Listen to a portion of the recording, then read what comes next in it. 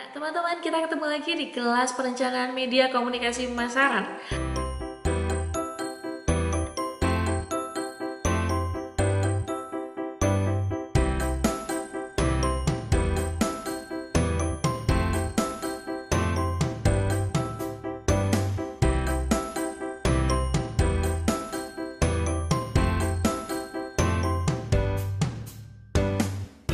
Pada pertemuan kali ini kita akan membicarakan terkait dengan media. Kenapa sih seorang planner harus memahami apa itu media? Karena ini sangat erat hubungannya dengan banyak keputusan-keputusan yang akan dihasilkan selama seorang menjadi seorang planner. Media planning itu dipahami sebagai series of decision, sehingga tidak hanya single action, banyak keputusan-keputusan yang dibuat, dan ini biasanya melibatkan jumlah uang yang sangat banyak. Sehingga akhirnya keputusan tersebut sangat penting dalam seseorang bisa mendeliver pesan promosi yang diharapkan mampu mempengaruhi pembeli atau juga pengguna dari produk ataupun merek. Lalu selanjutnya, ketika kita membicarakan media, whoever controls the media controls the mind. Sehingga penting sekali untuk kita memahami nature dari media itu sendiri seperti apa, sehingga kita bisa memilih media yang tepat dan bisa berada di benak konsumen dengan posisi yang baik juga posisi nantinya. Nah, teman-teman juga bisa dilihat di sini ada diagram di mana ada alur komunikasi mulai dari sender, encoding, channel, decoding, receiver, feedback, dan message. Nah, ini merupakan sebuah model yang sudah sangat sering digunakan, turunan dari model komunikasi Laswell. Nah, yang ingin saya garis bawahi di sini adalah posisi channel. Channel di sini sangat penting. Kenapa? Dia menghubungkan sender dan receiver. Sehingga pemilihan channel yang tepat bisa memastikan kita sebagai seorang planner menyampaikan pesan yang tepat kepada audiens kita nantinya. Kalau pemilihan channelnya tidak tepat, ya bisa kemana-mana gitu, bisa tidak sampai juga. Perlu teman-teman ingat bahwa sekarang jumlah media itu sangat beragam. Kalau zaman dulu mungkin hanya televisi dan surat kabar, dan jumlah televisi pun sangat bisa kita hitung jumlahnya. Tapi kalau sekarang, selain televisi nasional, kita juga mengenal ada TV streaming, belum kita punya YouTube channel, ada Instagram TV misalnya, ada banyak sekali media-media yang bisa digunakan oleh orang-orang untuk menyampaikan pesannya. Sehingga di tengah kondisi yang seperti ini, justru pemilihan media menjadi hal yang sangat urgent untuk dipahami. Nah, lalu media selain dia mendeliver message, nah fungsinya dia adalah juga untuk memberikan entertainment, untuk membuat orang yang nonton itu happy. Makanya kalau teman-teman lihat banyak tuh media-media yang menyiapkan acara konten yang hura-hura, yang hore-hore, yang happy-happy, yang cuma lucu-lucuan saja. Karena salah satu fungsi dari media memang entertain orang untuk melihat atau mungkin menikmati film gitu, tayangan, series atau movies dan lain-lain. Information ini bisa dilihat di beberapa tayangan terkait dengan berita, update, news. So we say gossip also information, yaitu debatable gitu ya. Tapi intinya untuk memberikan informasi atas segala sesuatu yang terjadi di luar sana kepada audience. Nah, lalu yang terakhir adalah advertisement. Advertisement itu sebenarnya kalau kita bisa bilang bisa mengkombinasikan semuanya. Selain deliver message, dia juga entertain dan juga memberikan informasi. Tinggal pilihan mana yang mau dipakai dalam mengelola informasi tersebut, gitu. Dalam mengelola iklan tersebut. Mau lebih banyak ke entertainmentnya atau lebih banyak ke informationnya. Ini kembali lagi nanti teman-teman kalau ingat bahwa dalam membuat iklan itu ada pendekatan yang emosional dan rasional. Mana yang mau digunakan dalam menyampaikan pesan tersebut. Nah, tapi kita di mata kuliah ini akan banyak berbicara tentang medianya, jadi bukan cara membuat iklannya, tapi kita akan berbicara bagaimana memilih media yang tepat. Sehingga di sini seorang media planner tidak bisa memilih media impulsif. Oh, sekarang kayaknya Instagram lagi hits, udah Instagram aja, yang lainnya tuh gak ada yang nonton. Gak bisa, datanya mana, faktanya mana, siapa yang bilang kalau Instagram saja yang hits. ternyata banyak dari orang-orang di generasi X justru menggunakan Facebook bukan Instagram. Sehingga kalau targetnya bapak-bapak, ibu-ibu, ya mungkin mereka nggak pakai Instagram, nggak akan kena. Pemilihan media sangat signifikan dalam hal ini, karena kalau medianya salah berarti pesannya tidak sampai. And remember, there is too much money involved to not plan ahead of time. Jumlah pemasangan iklan itu tidak hanya jutaan, tidak hanya ratusan juta, tapi miliar. Dan ini semuanya ditagih. Mana hasilnya dari evaluasi yang diminta oleh klien misalnya, atau pemilik modal misalnya, atau investor misalnya. Hasilnya mana dari kamu ngiklan sekian miliar? Hasilnya seperti apa? Saya pengen tahu. Bagaimana kita proof bahwa inilah hasilnya, bahwa ini punya dampak ke sini. Nah, di sini bagian kita berbicara terkait dengan pemilihan media. Lalu ada dua konsep lagi terkait dengan medium dan vehicle. Teman-teman, medium itu sebenarnya adalah carriers-nya yang membawa atau alatnya, misalnya televisi, newspaper, magazine, radio, Instagram gitu ya. Jadi apa yang membawa kontennya. Sementara vehicle itu biasanya carrier yang ada di dalam media itu sendiri. Misalnya kita bilang TV kan ada banyak. Oh, CNN, terus SCTV. Nah, itu merupakan vehicle-nya. Jadi alat yang ada di dalam medium itu sendiri seperti apa. Newspaper, oh berarti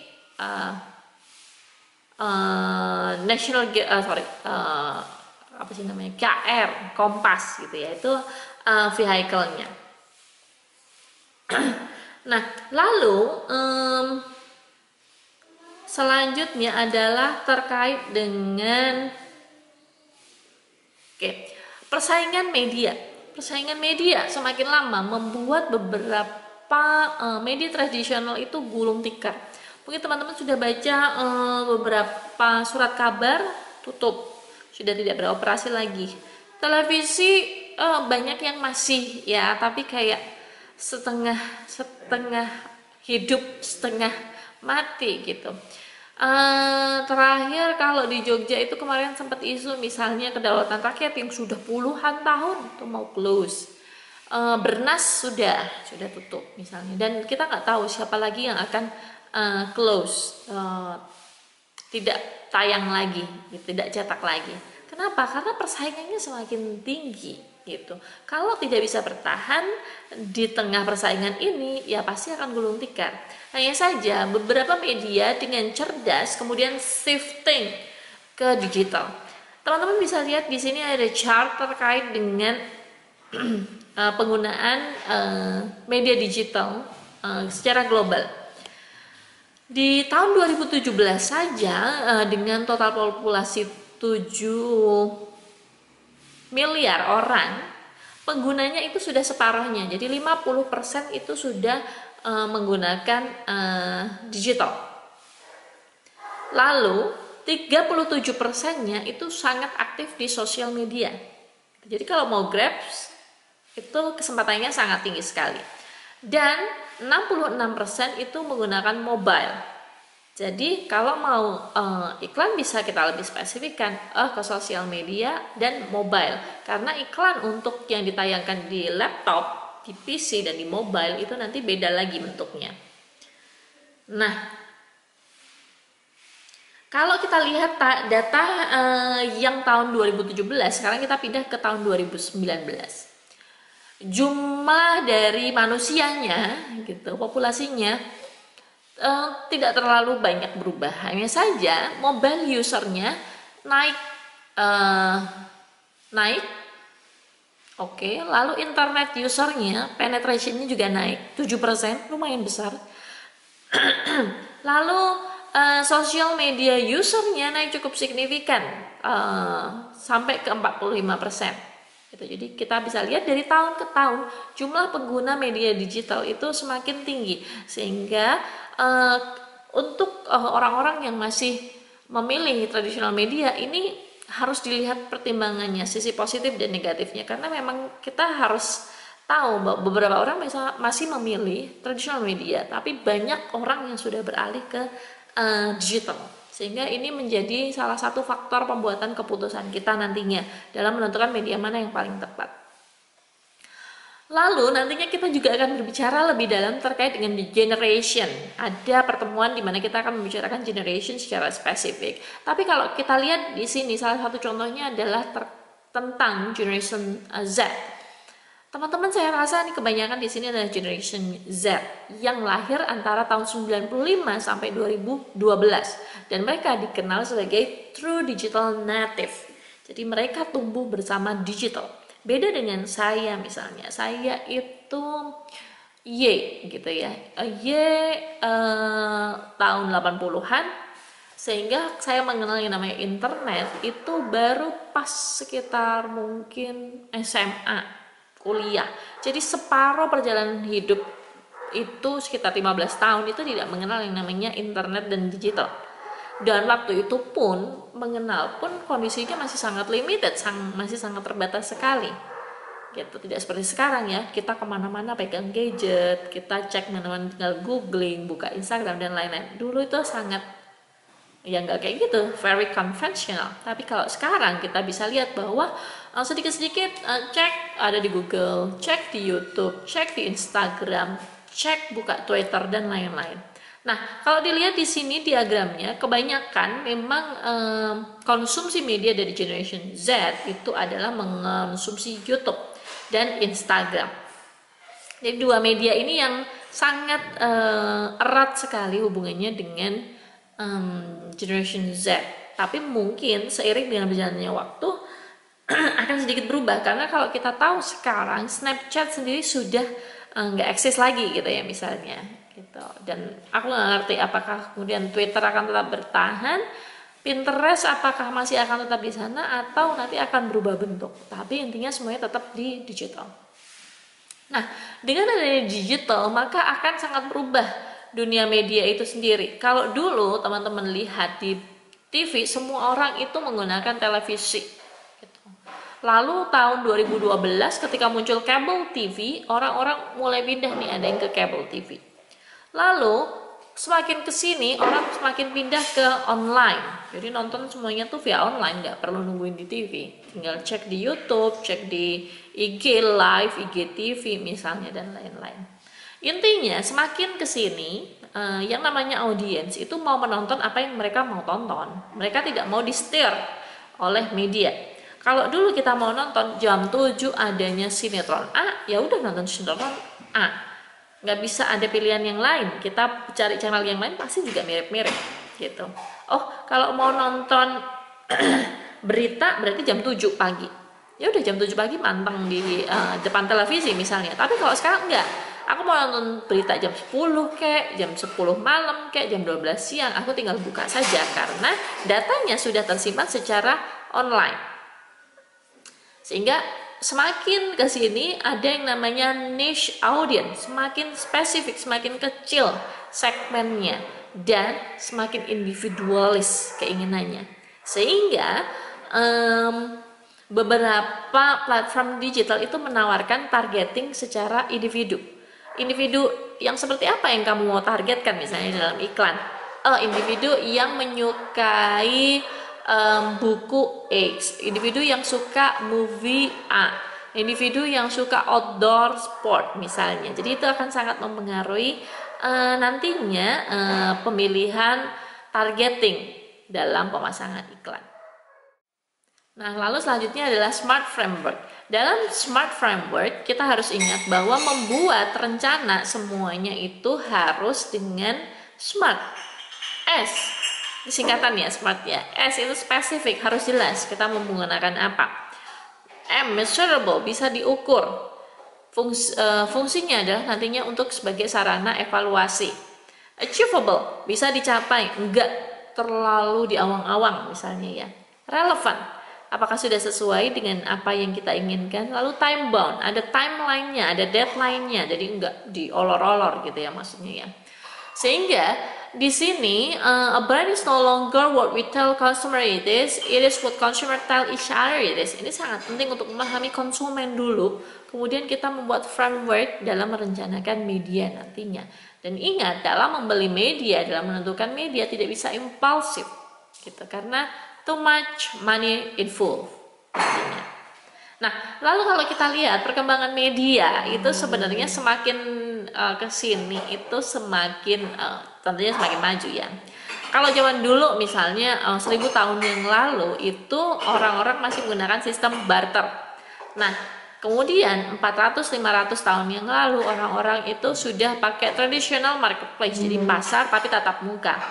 Lalu muncul sampai ke konvensional mass media marketing, fragmented new age marketing, sampai ke akhirnya di inovatif dan internet business model. Jadi semakin kesini semakin berkembang, semakin maju, dan posisinya adalah keberadaan internet sangat mempengaruhi pengembangan itu semua.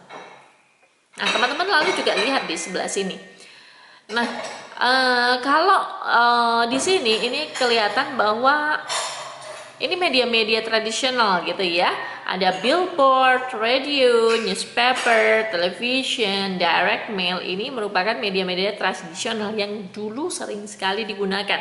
Siapa yang aware tiba-tiba di rumahnya ada brosur nih, dikirimin brosur atau surat promosi apa gitu misalnya. Atau kita dulu ngelihat di billboard di jalan, oh ada promo ini, promo itu gitu ya. Tapi sekarang berubah sekali gitu ya. Nah, saya akan jelaskan dulu yang traditional media. Traditional media itu dipahami sebagai bentuk-bentuk yang satu arah sifatnya. Jadi kalau kita baca surat kabar, kita nonton TV, kita mau protes nggak bisa pada saat itu juga. Kita bisa sih protes misalnya atau menyatakan ketidaksukaan, ketidaksetujuan, tapi biasanya nanti pakai surat. Jadi nggak bisa langsung, nggak bisa at the same time kita melakukan koreksi atas apa yang sudah terjadi. Nah, di traditional media yang sifatnya satu arah itu tadi, contohnya misalnya newspaper, magazine, radio, and television. Secara benefit, traditional media itu able to quickly deliver large audience at relatively low cost. Murah sebenarnya, karena bisa menjangkau banyak sekali orang. Lalu juga loyalties, penggunanya itu loyal terhadap media-media tersebut, which is good. Nah, hanya saja semakin kesini ada yang namanya three screen trends, di mana orang bisa skip ketika menonton, ketika membaca karena adanya internet atau digital gadget gitu ya. Jadi sambil nonton TV, sambil cek WhatsApp gitu, sambil dengerin radio, sambil lakuin yang lain misalnya kayak gitu. Lalu selanjutnya kita akan berbicara tentang non-traditional media yang merupakan any form of non-one-way communication dan juga sifatnya biasanya inovatif untuk deliver message. Aneh-aneh aja gitu, untuk biasanya getting attention lebih banyak dulu ke orang-orang. Misalnya ada out of home. Out of home tuh ya iklan-iklan yang terpasang di luar rumah gitu, jelas ya secara definisi gitu, mulai dari poster on lift, ada poster di airport, ada drop banner, ada airport TV, ada floor wall, poster, luggage bin, dan lain-lain. Hanya saja salah satu kekurangannya itu sulit diukur. Gimana orang melihatnya, bagaimana yakin bahwa orang itu melihat gitu ya misalnya. Nah, jadi karena kesulitan untuk diukur ini, banyak orang kemudian mempertanyakan, is it only like creating ambience, creating attention, atau sebenarnya ini benar-benar efektif sih gitu pertanyaannya. Karena tidak ada alat pengukuran yang jelas. Walaupun kemudian juga debatable untuk televisi dan juga surat kabar, pengukuran dari televisi menggunakan Nielsen itu juga dirasa tidak efektif. Surat kabar hanya dihitung dari jumlah oplah, itu jumlah cetakan setiap harinya, juga tidak efektif.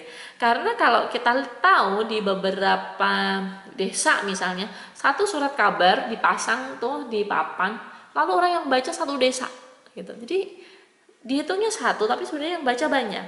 Atau bisa juga dia oplahnya banyak tapi nggak ada yang beli, bisa juga kayak gitu terjadi. Jadi debatable terkait dengan penghitungan media ini sendiri. Sehingga kemudian ketika muncul new media, ini memberikan secerca harapan baru. Kenapa? Karena new media sangat mudah diukur. Jadi kamu nggak perlu ngukur pun, sudah ada datanya, ibarat kata seperti itu. Jadi kalau new media itu macamnya ada banyak, mulai dari Twitter, Instagram, Google, Pinterest, Snapchat, TikTok, dan lain sebagainya platformnya. Hanya saja untuk mengukurnya itu lebih mudah. Ada yang namanya SEO, Search Engine Optimization. Dia akan langsung mengeluarkan data. Berapa banyak orang yang klik, berapa banyak orang yang lihat, berapa banyak orang yang kemudian melanjutkan ke action selanjutnya. Gitu.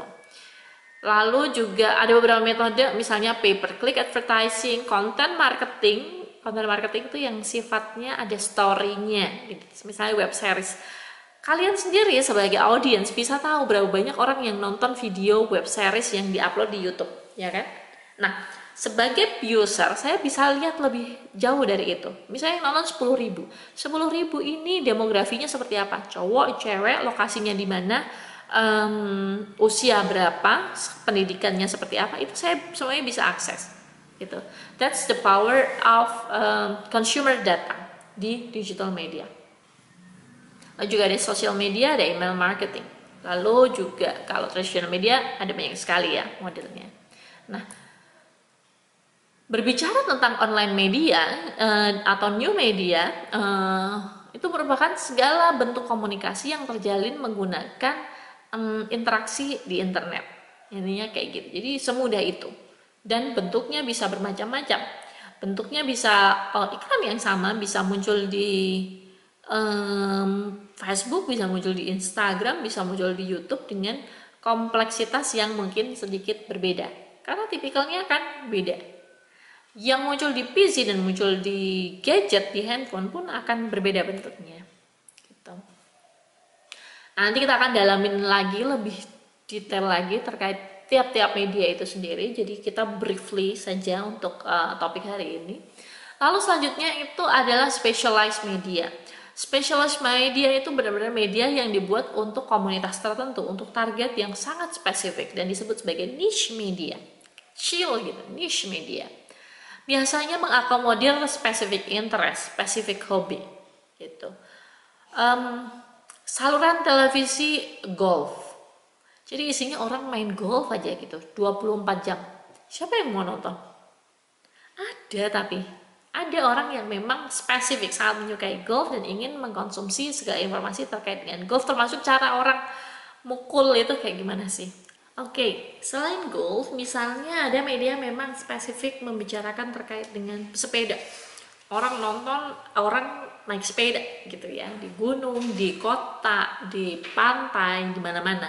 Ngapain, apa nggak bosan? Enggak, karena mereka memang passionnya di sana, sangat spesifik menyukai olahraga tersebut. Atau juga kalian yang suka nonton make up, nonton Tasya Farasya misalnya, atau nontonin siapalah gitu, make upan, mulai dari nggak pakai make up terus jadi make upan cantik, berubah gitu misalnya.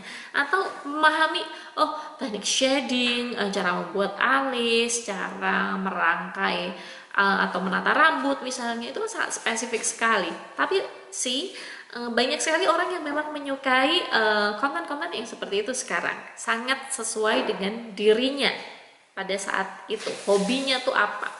Nah, tinggal kita lihat orang-orang yang memiliki ketertarikan ini cocoknya didekati dengan media apa. Apakah cocok dengan sosial media, atau cocoknya nanti dia pakai YouTube, atau dia cocoknya pakai majalah saja lah, atau pakai podcast. Remember, podcast is like very famous gitu ya sekarang. Kalau dulu orang harus, kalau mau masuk radio, itu sebenarnya podcast kan pengembangan saja dari radio gitu ya. Kalau dulu orang mau siaran di radio harus jadi someone dulu. Kalau sekarang everyone bisa siaran sendiri. Perkara ada yang dengerin apa enggak sih urusan belakangan gitu ya. Yang penting dia siaran dulu gitu. Nah, jadi semakin kesini kita bisa lihat bahwa setiap person itu memiliki ketertarikannya sendiri-sendiri, hobinya sendiri-sendiri, dan ingin diakomodir sebenarnya dengan berbagai macam media yang ada. Sebenarnya bisa. Gitu. Tinggal kita harus memilih media yang tepat untuk target yang tepat. Gitu akhirnya. Apakah kemudian traditional media sudah tidak dibutuhkan? Not really, mereka pasti masih akan eksis, tapi mungkin dalam bentuk yang berbeda. Apakah kemudian kita harus selalu hanya menggunakan online? Tergantung targetnya siapa. Belum tentu itu juga bisa efektif gitu. Jadi harus banyak yang difikirkan. Oke, terima kasih teman-teman untuk pertemuan kita hari ini. Nanti jangan lupa dibaca lagi, ada materi tambahan di situs kuliah untuk memperdalam topik-topik yang sudah dibahas di presentasi kali ini, di video yang kali ini. Semoga bermanfaat dan sampai ketemu lagi di pertemuan berikutnya. Bye-bye.